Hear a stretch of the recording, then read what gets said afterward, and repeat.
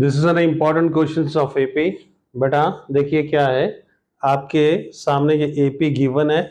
AP की first term होती है, एपी की फर्स्ट टर्म है 9, सेकेंड टर्म है 17 एंड थर्ड है 25, राइट।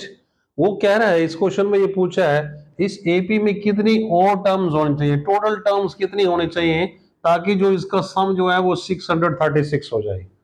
तो सम 636 सम पाने के लिए इस एपी में कितने टर्म्स होने चाहिए, ये आपने उसने पूछा है।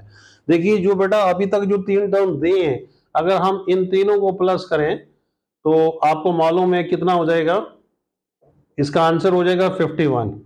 3 टर्म्स का सब 51 है, लेकिन अभी 51 से लेके 636 तक पहुंचना है।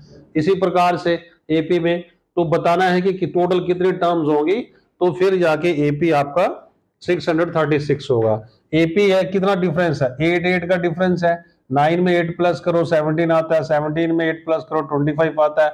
इसी प्रकार से अगर फोर्थ टर्म लिखोगे तो 25 में 8 प्लस करेंगे 33, 41, इस तरह से। तो बताना है कितने टर्म्स होंगे। देखो इस क्वेश्चन को हम कैसे करेंगे, बहुत ही इंपॉर्टेंट क्वेश्चन है, एग्जाम में ये बोर्ड में आता है। फर्स्ट सबसे पहले फर्स्ट टर्म जो है वो 9 है, उस फर्स्ट टर्म को हम ए कंसीडर करते हैं। फर्स्ट टर्म को हमेशा हम ए मानते हैं, ए हो गया 9। उसके बाद जो सेकंड चीज हमें चाहिए होती है वो डिफरेंस। डिफरेंस कितना है वो कैसे फाइंड होगा, सेकंड टर्म में से फर्स्ट टर्म माइनस करो, आपको डिफरेंस मिल जाएगा। 7 माइनस 9 8, तो डिफरेंस कितना कितना है इसमें, 8 का डिफरेंस है। उसके बाद सम कितना चाहिए आपको, सम दिया है 636। एस का मतलब है सम ऑफ एन टर्म्स, ये एन बताना है कि कितनी होगी, ठीक है। बट आपको मालूम है एस एन का फॉर्मूला होता है n upon 2 twice of a plus n minus 1 into d. किसी भी एपी का सम निकालना हो तो ये फॉर्मूला होता है। अब एस एन बेटा आपको दिया हुआ है 636, इसकी जगह इसकी वैल्यू लगा लेंगे। एन तो फाइंड करेंगे, कितनी टर्म्स है ये तो फाइंड करना है हमने।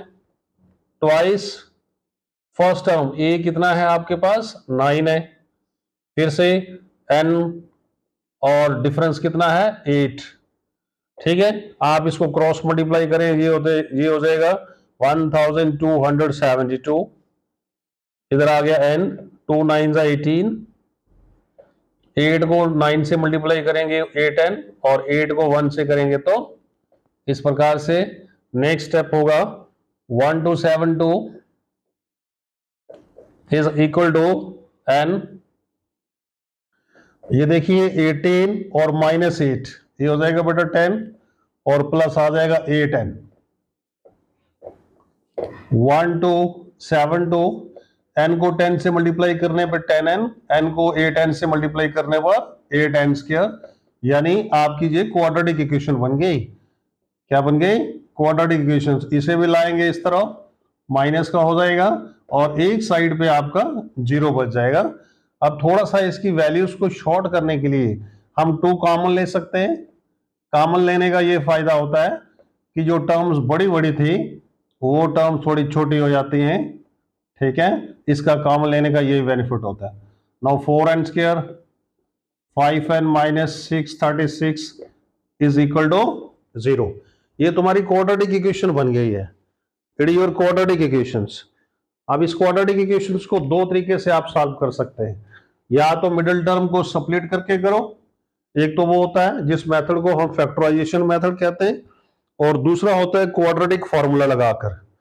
क्वाड्रेटिक फार्मूला लगाकर भी आप इसमें n की वैल्यू निकाल सकते हैं। हमें n ही तो बताना है, हमें ये बताना है कि इसमें कितनी टर्म्स हैं, कितनी टर्म्स मतलब n फाइंड करेंगे। तो यहां पर d वही लगाएंगे, क्वाड्रेटिक फार्मूला लगाएंगे।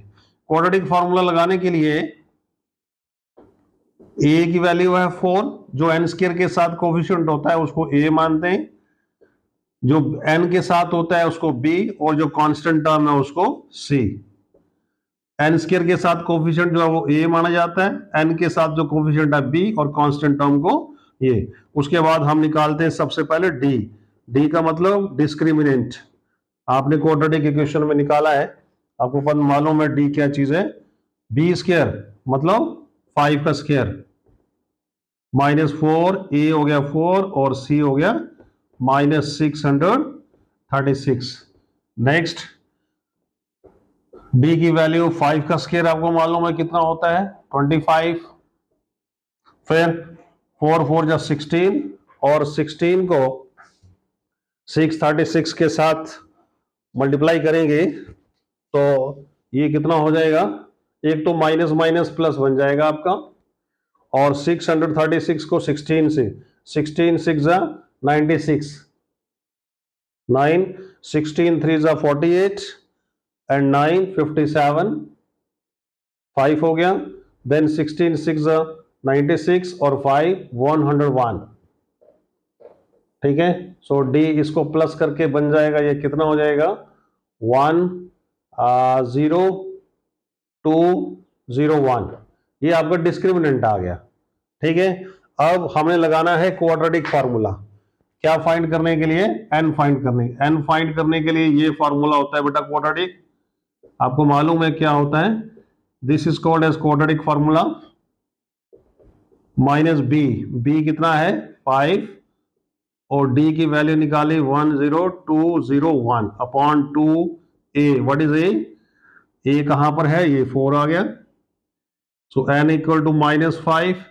इसका स्क्वायर रूट जो होता है 101 होता है, आप कैलकुलेट कर सकते हैं। ठीक है, अब यहां के बाद आपको n फाइंड करना है। देखिए n कैसे फाइंड होगा, बस 2 स्टेप्स इसके आगे।